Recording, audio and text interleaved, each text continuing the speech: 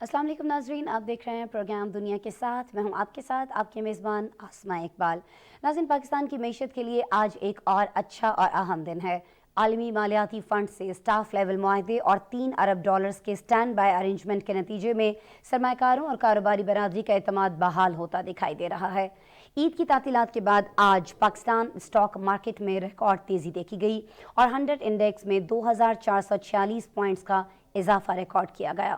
مثبت کاروباری رجحان کے باعث سرمایہ کاروں کو صرف ایک دن میں 100 ارب روپے سے زائد کا فائدہ ہوا ہے. یہ خبر پاکستان کے ساتھ عالمی میڈیا کی زینت بھی بنی اور غیر ملکی خبر رساں ایجنسی رائٹرز کے مطابق 15 سال میں پہلی بار پاکستان کے کاروباری حصص میں ایک دن کے دوران 5.9% اضافہ ہوا. اسٹاک مارکیٹ کے ساتھ ڈالر کے مقابلے میں روپے کی قدر بھی مستحکم ہوئی. مئی کی بات کریں تو اس میں مہنگائی کی جو شرح 38% تھی، اب حکومتی کوششوں کے بعد کم ہو کر 29.4% رہ گئی ہے، جس کا ریلیف عوام کو ملے گا.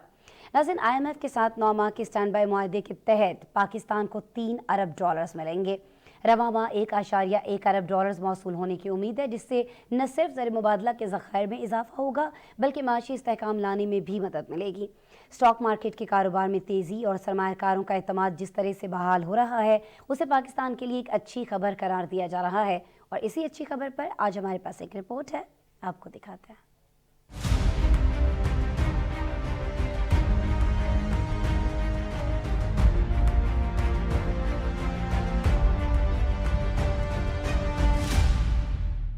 IMF کے ساتھ سٹینڈ بائی ارینجمنٹ کے تحت $3 ارب کے معاہدہ طے پانے کے اثرات نظر آنا شروع ہو گئے.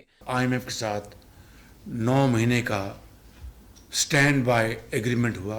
$3 ارب ان 9 ماہ میں پاکستان کو ملیں گے اور پہلی قسط جولائی میں $1.1 بلین کی ہوگی. MD IMF کرسٹلینا جارجیوا کا اور ان کی ٹیم کا اپنی طرف سے اور اپنی کابینہ کی طرف سے ان کا دل کی گہرائیوں سے شکریہ ادا کرتا ہوں. کاروباری ہفتے کے آغاز میں ہی پاکستان سٹاک مارکیٹ میں زبردست تیزی دیکھنے میں آئی. مارکیٹ کا آغاز ہی 2231 پوائنٹس کے اضافے کے ساتھ ہوا. آغاز میں ہی مارکیٹ میں 5% اضافہ دیکھا گیا اور قواعد کے مطابق مارکیٹ کو 1 گھنٹے تک معطل کیا گیا تاکہ مارکیٹ میں استحکام رہے. پاکستان سٹاک مارکیٹ میں ایسا پہلی دفعہ ہے کہ اضافے کی وجہ سے مارکیٹ میں لاک لگایا گیا. مارکیٹ کے دوبارہ آغاز میں بھی تیزی دیکھی گئی اور مارکیٹ 2450 پوائنٹ کے اضافے کے ساتھ 43,899 پوائنٹس تک پہنچ گئی، جس کے بعد مارکیٹ میں کاروبار کو روک دیا گیا اور کاروبار کا اختتام 5.9% اضافے کے ساتھ ہوا.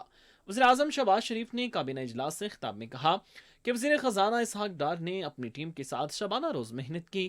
وزیر خارجہ بلاول بھٹو اور وزارت خارجہ کی ٹیم کی سفارتی سطح پر کاوشیں بھی قابل ستائش ہیں. ہم سب مل کر کام کریں گے تو کامیابی ہمارے قدم چومے گی. چین نے اس حوالے سے جو ہماری مدد کی ہے، تقریباً $5 ارب کے جو رول اوورز ہوئے ہیں ساورن لونز کے اور کمرشل لونز کے، یہ ایک اپنی نوعیت کی تاریخ ہے. ہمارے برادر ملک سعودی عربیہ نے اور UAE سے جو ہماری کمٹمنٹ انہوں نے کی تھی، ہمارے سپہ سالار جنرل عاصم منیر صاحب کا کلیدی رول ہے ان کا. ایک بات میں آپ کو اپنے 40 سالہ تجربے کی بنیاد پر کہہ سکتا ہوں کہ کم از کم اگلے 15-20 سال اپنے دائرے میں رہتے ہوئے وقت کی حکومت، سیاستدان اور ان اداروں کو مل کر اپنے دائرے میں رہتے ہوئے، یہ میں دہرا رہا ہوں، ہم مل کر کام کریں گے تو انشاءاللہ ترقی ہمارے قدم چومے گی اللہ تعالیٰ کے فضل و کرم سے. آج صرف اسٹاک ایکسچینج ہی نہیں، ڈالر کے مقابلے میں روپے کی قدر میں بھی اضافہ ریکارڈ کیا گیا. وزیر خزانہ اسحاق ڈار نے ٹویٹ کیا کہ اوپن مارکیٹ میں ڈالر کے مقابلے میں روپے کی قدر 270 اور 272 پر آ گئی ہے. دوسری جانب وزیر خزانہ سینیٹر محمد اسحاق ڈار سے پاکستان میں چین کے سفارت خانے کی ناظم الامور نے اسلام آباد میں ملاقات کی. وزارت خزانہ سے جاری بیان کے مطابق وزیر خزانہ نے ناظم الامور کو IMF کے ساتھ نامے جائزے پر ہونے والی پیش رفت کے بارے میں بتایا. پاکستان اسٹاف لیول کے معاہدے پر کامیابی سے پہنچ گیا ہے. انہوں نے پاکستان کے لیے چین کی حمایت کو سراہا. ناظم الامور نے